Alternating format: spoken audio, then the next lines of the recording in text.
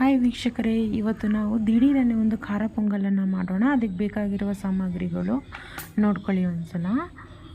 ಅದಕ್ಕೆ ಮೊದಲು ನಾವು ಶುಂಠಿನ ತೊಗೊಂಡು ಜಜ್ಕೊಂಡಿದ್ದೀನಿ. ಅದಾದಮೇಲೆ ಕರಿಬೇವು ತೊಗೊಂಡಿದ್ದೀನಿ.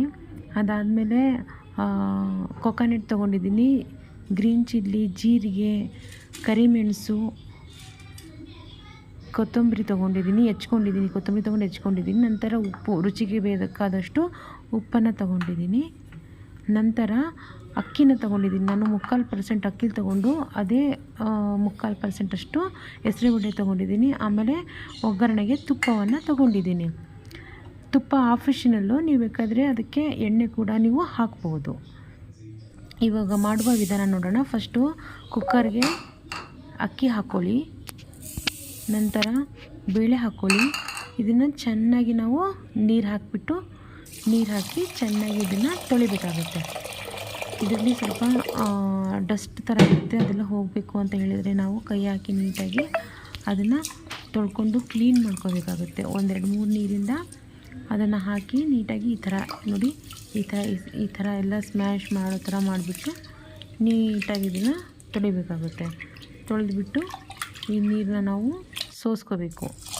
ನಂತರ ನಾನು 3 ಕಪ್ಪಷ್ಟು ನೀರು ಹಾಕ್ತಾಯಿದ್ದೀನಿ. ನೋಡ್ಕೊಳ್ಳಿ ಒಂದ್ಸಲ, 3 ಕಪ್ಪಷ್ಟು ನೀರು ಹಾಕ್ತಾಯಿದ್ದೀನಿ. ನೀರು ಸ್ವಲ್ಪ ಜಾಸ್ತಿ ಇದ್ದರೂ ಕೂಡ ಇದಕ್ಕೆ ನಡೆಯುತ್ತೆ. ನಮ್ಮ ಮನೆಯಲ್ಲೆಲ್ಲ ಏನು ಮಾಡ್ತಾರೆ ಅಂತ ಹೇಳಿದರೆ, ಪೊಂಗಲ್ನ ತುಂಬ ಗಟ್ಟಿಯಾಗಿ ತಿನ್ನೋಕ್ಕೆ ಇಷ್ಟಪಡಲ್ಲ. ಪೊಂಗಲ್ನ ಅವರು ನೀರು ಥರ ಅಂದರೆ ಸ್ವಲ್ಪ ಅವರಿಗೆ ತೆಳು ಇರಬೇಕು, ಆ ಥರ ತಿನ್ನೋಕೆ ಅವರು ಇಷ್ಟಪಡ್ತಾರೆ. ನೀವು ಯಾವ ಥರನೂ ಆ ಥರ ಮಾಡ್ಕೊಳ್ಳಿ. ನೋಡಿ, ಇವಾಗ ಸ್ವಲ್ಪ ಇದಕ್ಕೆ ಮೆಣಸು, ಜೀರಿಗೆ, ರುಚಿಗೆ ಬೇಕಾದಷ್ಟು ಇದಕ್ಕೆ ನಾವು ಉಪ್ಪನ್ನು ಹಾಕ್ಕೊಳ್ಳೋಣ. ಉಪ್ಪನ್ನ ನೋಡಿ ಹಾಕ್ಕೋಬೇಕು, ಯಾಕಂದರೆ ನಾವು ಒಗ್ಗರಣೆಗೂ ಸ್ವಲ್ಪ ಉಪ್ಪು ಹಾಕ್ಕೊಂಡಿರ್ತೀವಿ. ಆಮೇಲೆ ಇದಕ್ಕೂ ಸ್ವಲ್ಪ ಉಪ್ಪು ಹಾಕ್ಬಿಟ್ಟು ಲಿಡ್ ಕ್ಲೋಸ್ ಮಾಡಿ ಇದನ್ನು ನಾವಿವಾಗ ಸ್ಟವ್ ಮೇಲೆ ಇಡೋಣ. ಸ್ಟವ್ ಮೇಲೆ ಇಟ್ಟಾದಮೇಲೆ ಇದು ಒಂದು 3-4 ವಿಸಿಲ್ ಬರಬೇಕು. 3-4 ವಿಸಿಲ್ ಬರೋವರೆಗೂ ಕೂಡ ನಾವೇನು ಮಾಡಬೇಕು, ಅದನ್ನು ವಿಸಿಲ್ ಮಾಡಿಬಿಟ್ಟು ಆಮೇಲೆ ನಾವು ಅದನ್ನು ಓಪನ್ ಮಾಡೋಣ. ನೋಡೋಣ ಯಾವ ರೀತಿಯಾಗಿ ಬರುತ್ತೆ. ತುಂಬ ಚೆನ್ನಾಗಿರುತ್ತೆ, ತುಂಬ ಸೂಪರಾಗಿ ಕೂಡ ಇರುತ್ತೆ. ಇದು ವಿಜಿಲ್ ಆಗಿದೆ, ನೋಡೋಣ ಯಾವ ಥರ ಬಂದಿದೆ. ನೋಡಿ ಎಷ್ಟು ಚೆನ್ನಾಗಿದೆ. ನಾನು ಸ್ವಲ್ಪ ಜಾಸ್ತಿ ನೀರೇ ಹಾಕಿದ್ದೆ, ಆದರೂ ಕೂಡ ಅದು ಗಟ್ಟಿ ಆಗುತ್ತೆ. ಈಗ ನಾವು ಬೇಳೆ ಹಾಕಿರೋದ್ರಿಂದ ಏನಾಗುತ್ತೆ ಅಂದರೆ ಅದು ಬೇಗ ಗಟ್ಟಿ ಆಗಿಬಿಡುತ್ತೆ. ನಾವು ಇದನ್ನು ನೀರು ಥರನೂ ಮಾಡ್ಕೋಬೇಕು, ಆವಾಗಲೇ ಅದು ತುಂಬ ಚೆನ್ನಾಗಿರುತ್ತೆ. ನಾನು ಮೊದಲೇ ಗಟ್ಟಿ ಮಾಡ್ಕೊಂಡ್ಬಿಟ್ರೆ ಅದು ಇನ್ನೂ ಗಟ್ಟಿಯಾಗಿಬಿಡುತ್ತೆ. ನೀರು ಥರ ಇದ್ದರೆ ಅದು ಬರ್ತಾ ಇನ್ನು ಸ್ವಲ್ಪ ಕೂಡ ಗಟ್ಟಿ ಆಗುತ್ತೆ.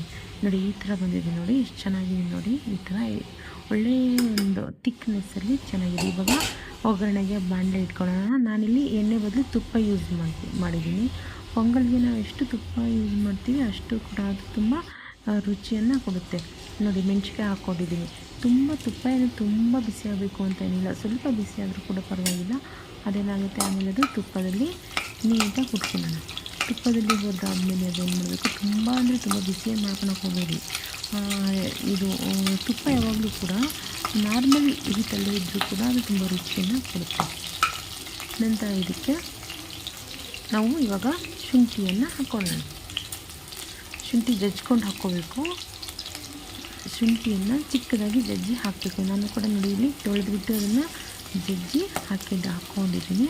ಹಾಕಿಬಿಟ್ಟು ಅದನ್ನು ಒಂದು ಸಲ ಕೈ ಆಡಿಸಿ, ಅದು ನೀಟಾಗೆಲ್ಲ ಕೂಡ ಮಿಕ್ಸ್ ಆಗಬೇಕು. ಆ ಥರ ಅದನ್ನು ಕೈ ಆಡಿಸ್ಬಿಟ್ಟು ನೋಡಿ ಯಾವ ಥರ ಆಗಿದೆ. ನೋಡಿ ಎಷ್ಟು ಚೆನ್ನಾಗಿ ಬರ್ತಾಯಿದೆ. ನೋಡಿ ನೀಟಾಗಿ ಅದನ್ನು ಕೈ ಆಡಿಸ್ಬೇಕು. ಸ್ವಲ್ಪ ಉರಿಬೇಕು.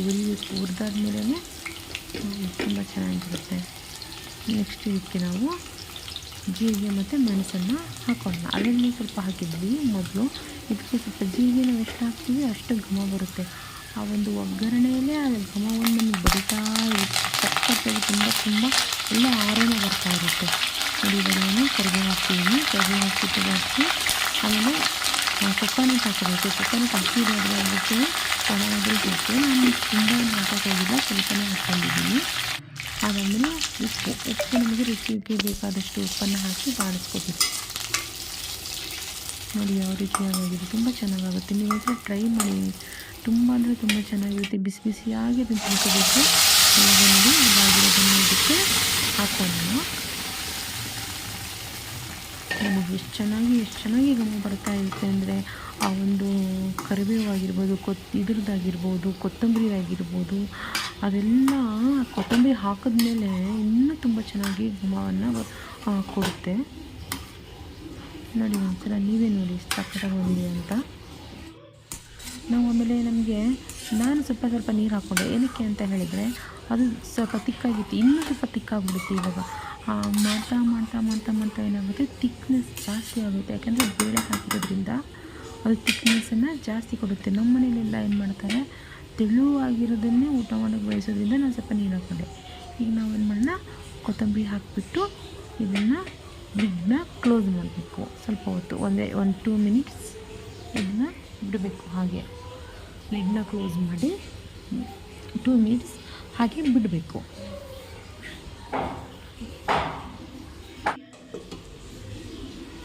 ಕ್ಲೋಸ್ ಮಾಡಿದ್ದಾಯ್ತು. ಇವಾಗ ಒಂದು 2 ಮಿನಿಟ್ಸ್ ಹಾಗೆ ಬಿಟ್ಟು ಇದನ್ನು ನೋಡಿ ಈ ಥರ ಥಿಕ್ನೆಸ್ಸಲ್ಲಿ ಬರುತ್ತೆ.